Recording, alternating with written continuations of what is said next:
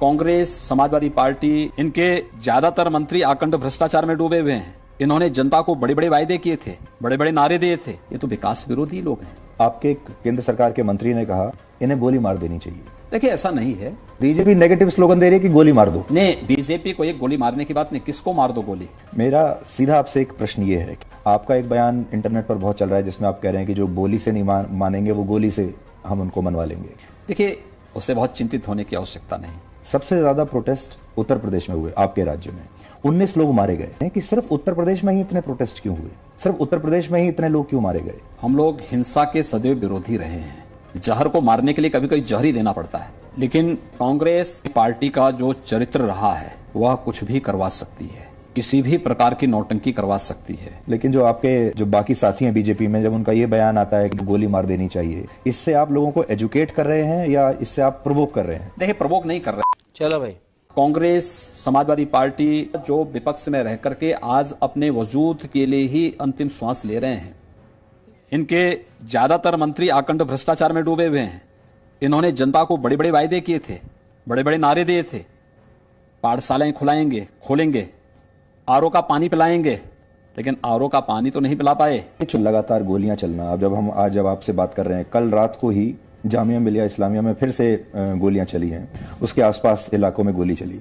तो ये बड़ा अजीब प्रकार का इस बार में गोलियां चलना, और बहुत सारे लोगों का ये कहना कि ये असल में अब भारत वर्सेस पाकिस्तान के मैच की तरह हो जाएगा। हम लोग हिंसा के सदैव विरोधी रहे हैं, लेकिन कांग्रेस पार्टी का जो चरित्र रहा है वह कुछ भी करवा सकती है, किसी भी प्रकार की नौटंकी करवा सकती है। आखिर यही लोग थे ना जिन्होंने जामिया मिलिया में और इससे पहले जेएनयू में नारे लगाए थे, अफजल तेरे कातिल जिंदा हैं। इस प्रकार के नारे, अफजल कौन? देश की संसद पर हमला करने वाला सबसे बड़ा गुनाहगार। या भारत तेरे टुकड़े होंगे, इंशाअल्लाह इंशाअल्लाह के नारे लगाने वाले। कश्मीर में धारा 370 को हटाने की पीड़ा या तो इमरान खान को होती है, या राहुल गांधी को, या फिर अरविंद केजरीवाल को।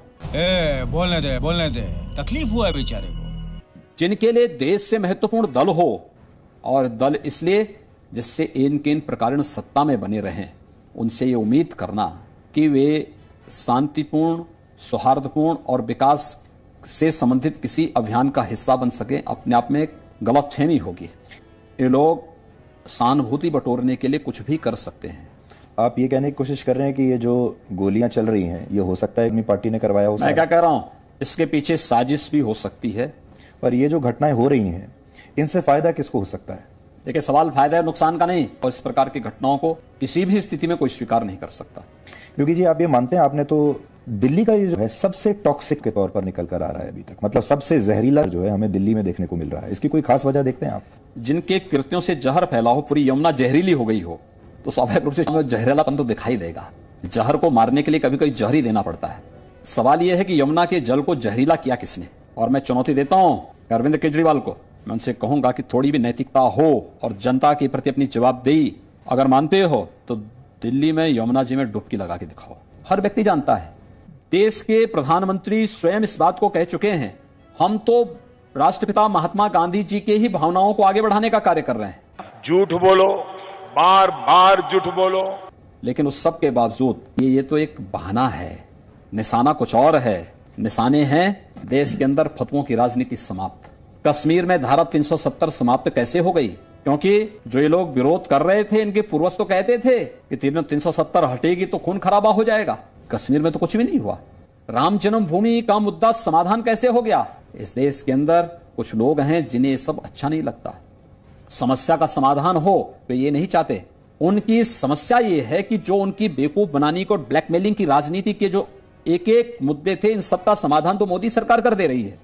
इनके पास तो सब बेरोजगार हो जाएंगे, चंदा वसूली के इनके सारे धंधे चौपट हो जाएंगे कि हजारों नौजवान अपनी रोजी रोटी के लिए प्रतिदिन कमाने के लिए जाते हैं, घंटों जाम में फंस रहे हैं, समय पे अपनी ड्यूटी नहीं कर पा रहे हैं। इनकी सहानुभूति के लोगों को पब्लिक ट्रांसपोर्ट की बेहतर सुविधा दिलानी, ये इनकी प्राथमिकता नहीं है। इनकी प्राथमिकता कश्मीर के अलगाववादियों के साथ में है, इनकी सहानुभूति उनके साथ में है कि इन्हें लोकतांत्रिक मूल्यों और आदर्शों से कोई मतलब नहीं, नागरिकों की समस्याओं से कोई मतलब नहीं। हर व्यक्ति इस बात को जानता है कौन है इसके पीछे। आखिर कांग्रेस के नेता गए थे ना, ये लोग भारत की छवि को धूमिल करना चाहते हैं, भारत के संविधान और भारत के कानून का उल्लंघन करके ये लोग भारत की व्यवस्था को ठेंगा दिखाने का कुछ चेष्टा कर रहे हैं, मुझे लगता है इन्हें एक्सपोज किया जाना चाहिए। जनता को आप मूर्ख समझना बंद कर दीजिए। ये लटकते हुए तार दुर्घटना को आमंत्रित कर रहे हैं, बिजली के तार, ये क्या साबित करते हैं? जितने भी ये झूलते हुए लटकते हुए बिजली के केबल हैं, इनको अंडरग्राउंड करना था।